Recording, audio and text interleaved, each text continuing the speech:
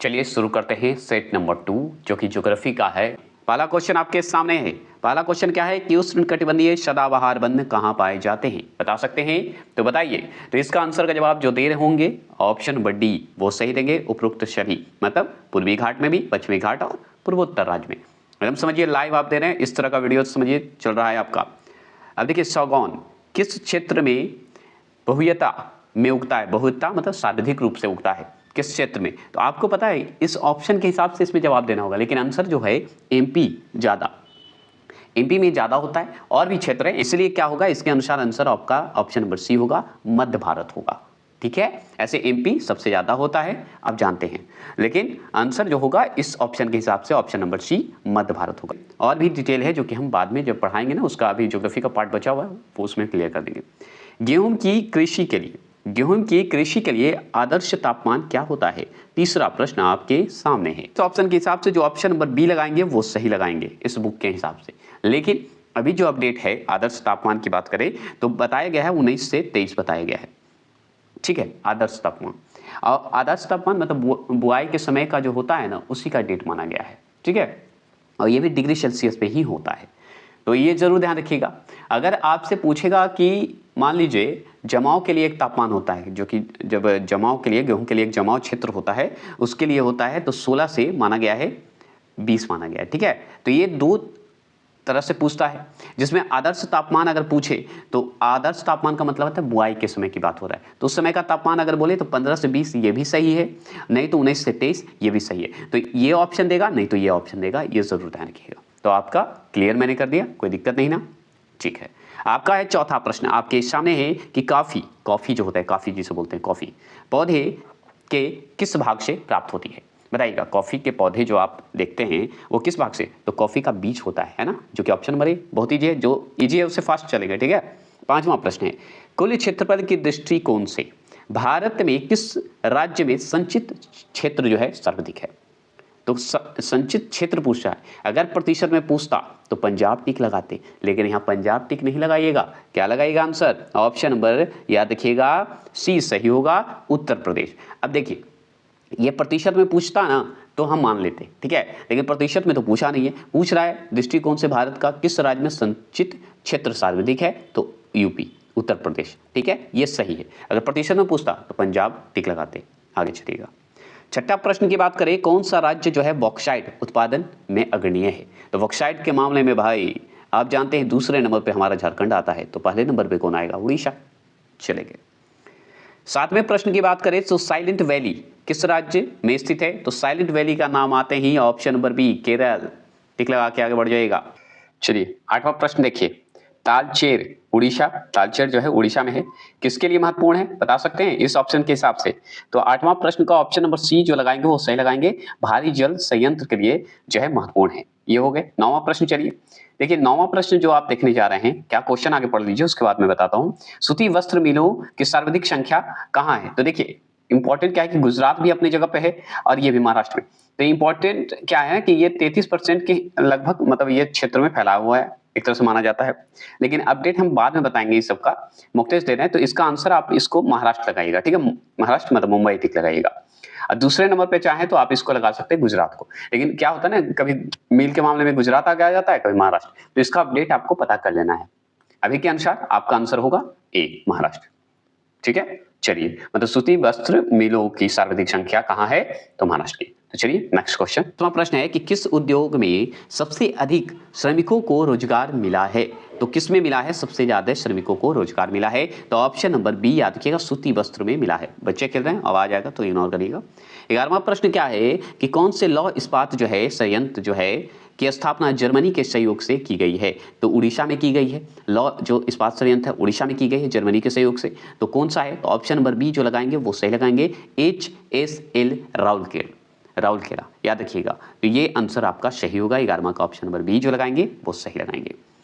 ठीक है, 12वां प्रश्न की बात करते हैं, तो डीजल रेलवे इंजन कहां बनते हैं। तो डीजल रेलवे इंजन कहां बनते हैं ये सवाल आपसे पूछेगा। तो जानते हैं डीजल रेलवे इंजन की बात करें ना तो ऑप्शन नंबर याद रखिएगा बी वाराणसी होगा, सही हो गया आंसर। चलिए 13वां प्रश्न की बात करें, राष्ट्रीय पोत डिजाइन तथा अनुसंधान केंद्र कहां स्थित है। बताइए जल्दी, मॉक टेस्ट दे रहे हैं, 13वां प्रश्न का आंसर का जवाब दे रहे होंगे तो बहुत अच्छे से हम जानते हैं क्या आंसर दिए होंगे। ऑप्शन नंबर बी विशाखापत्तनम, है ना। चलिए आगे, ये सब मॉक टेस्ट है, जिसमें ज़्यादा कन्फ्यूजन होगा उसी को डिटेल में देंगे।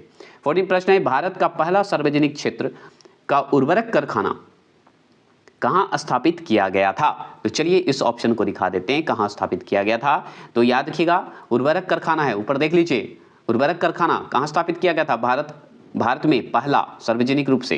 बताइएगा 14 का यहाँ पे आंसर बताइए क्या होगा। तो आप जानते हैं इसका आंसर का जवाब option number D Sindri. Sindri कहाँ पड़ता है, झारखंड में, याद रखिएगा। 15वां प्रश्न है, ओबरा किस लिए जाना जाता है। ओबरा किस लिए जाना जाता है बताइए। तो ओबरा का नाम सुने होंगे, तो ओबरा पता है ताप विद्युत घर के लिए जाना जाता है। ओबरा जो शब्द है, कोबरा मत समझिएगा, ओबरा, ठीक है।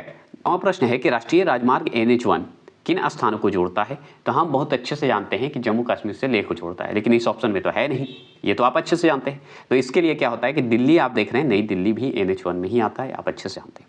लेकिन याद रखिएगा दिल्ली से पंजाब के कौन से क्षेत्र तक आता है, अटारी क्षेत्र तक आता है, और भी है। तो पंजाब से संबंधित है, मतलब अमृतसर तो निश्चित होगा, ये आप जान गए, अमृतसर होगा। लेकिन और कौन होगा, तो पंजाब तक है तो मतलब जलंधर भी तो आएगा, अंबाला भी होगा, आप जानते हैं, ठीक है। तो अमृतसर, बरास्ता, अंबाला तथा जलंधर, ये सब आएंगे, जो कि ऑप्शन नंबर ए जो लगाएंगे वो सही लगाएंगे, ठीक है, क्लियर।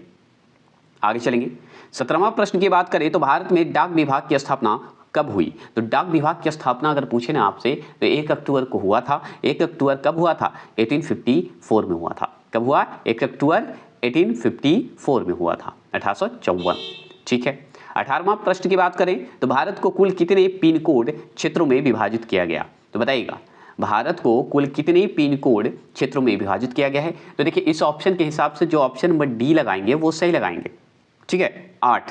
लेकिन अब जो है वर्तमान में 9 हो चुका है, ये जरूर ध्यान रखिएगा। तो ऑप्शन में अगर 9 और 8 रहे तो 9 लगाइएगा, अगर 9 ना रहे तो 8 लगा के टिक आ जाएगा, सही हो जाएगा आपका, ठीक है। आगे चलेंगे। 19वां प्रश्न की बात करते हैं तो भारत में एसटीडी सेवा कब आरंभ हुई, मतलब कब शुरुआत हुआ एसटीडी का, है ना। तो एसटीडी के लिए भी अगर आपसे पूछेगा तो आप जान लीजिए कि 25 नवंबर को हुआ था, ठीक है, 25 नवंबर याद रखिएगा, और 1960 में हुआ था, मतलब 1960 में हुआ था। तो 25 नवंबर 1960 को हुआ था, जो कि ऑप्शन नंबर ए जो लगाएंगे टिक वो सही लगाएंगे, ठीक है। 20वां प्रश्न की बात करें तो किस राज्य में स्त्रियों की संख्या पुरुषों से अधिक है। तो बहुत सिंपल जवाब आप जानते होंगे, ऑप्शन नंबर ए केरल, इस पर टाइम नहीं लगाएंगे, चलिएगा। भारत में कौन से वर्ग की भाषाएं बोलने वालों की संख्या सर्वाधिक है, बता सकते हैं। तो हम जानते हैं बहुत अच्छे से, लेकिन आप बताइए क्या होगा। तो आप जानते हैं ऑप्शन नंबर ए जो लगाएंगे, इंडो आर्यन, ये सबसे ज्यादा बोला जाता है, ऑप्शन नंबर ए होगा। 22 क्वेश्चन नंबर को ध्यान से देखिएगा, प्रयास कर देता हूं। भारत के मध्यवर्ती तथा दक्षिणी भागों में निवास करने वाले जनजाति लोग किस वर्ग से संबंधित हैं। तो किस वर्ग से संबंधित है बताइए।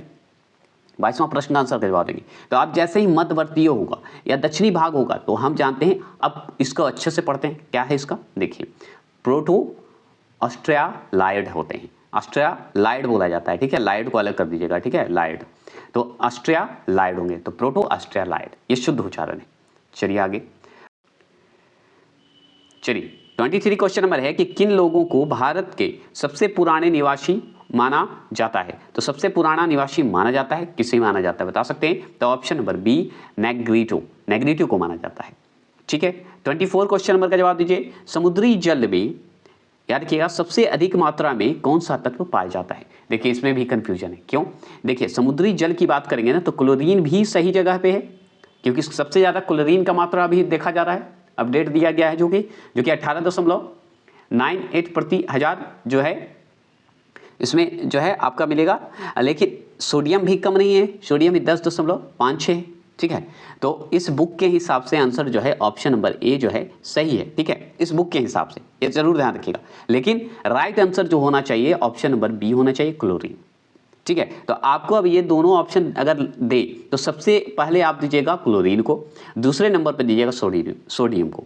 अगर सोडियम और क्लोरीन में एक रहेगा तो आप सोडियम दीजिए, नहीं तो क्लोरीन दीजिए, इजी रहेंगे। तो समझ गए। तो इसका आंसर आपको इस बुक के हिसाब से ये मानना है सोडियम, ठीक है, सोडियम का शॉर्ट फॉर्म नहीं, आप क्लोरीन को मानना है आपको, जो और भी टेक्स्ट बुक हो गए, गूगल हो गए, उस हिसाब से आपको इसको मानना है।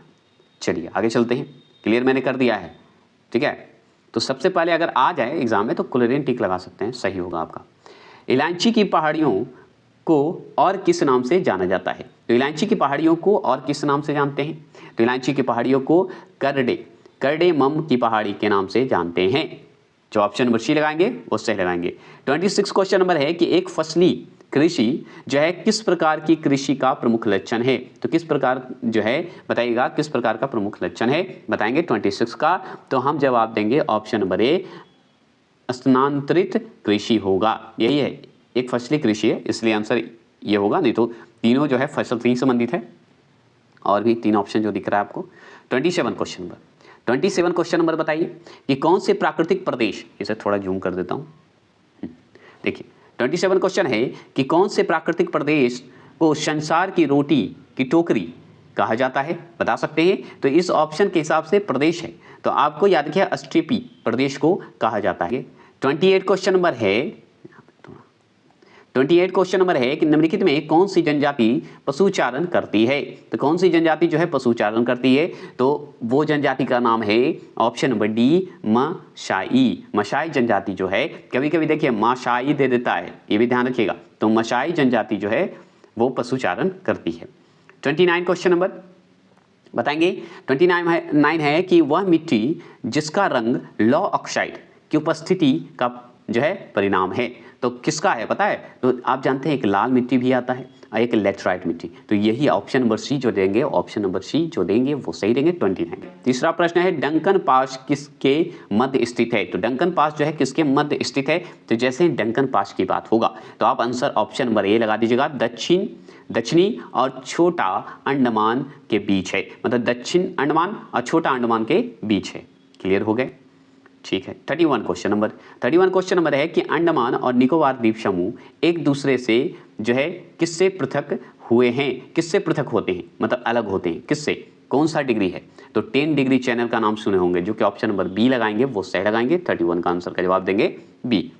आगे चले 32 क्वेश्चन नंबर है कि हिमालय के सर्वोच्च शिखर माउंट एवरेस्ट की ऊंचाई बताइए कितनी है? अब लीजिए ये ऑप्शन के हिसाब से तो आपको इसमें कितना होना चाहिए था, 8848 होना चाहिए था, 0.86 होना चाहिए था ये, ठीक है, लेकिन यहाँ पे तो है नहीं, तो हम इसे 50 मानेंगे, तो 8850 मीटर बता दीजिएगा, ठीक है।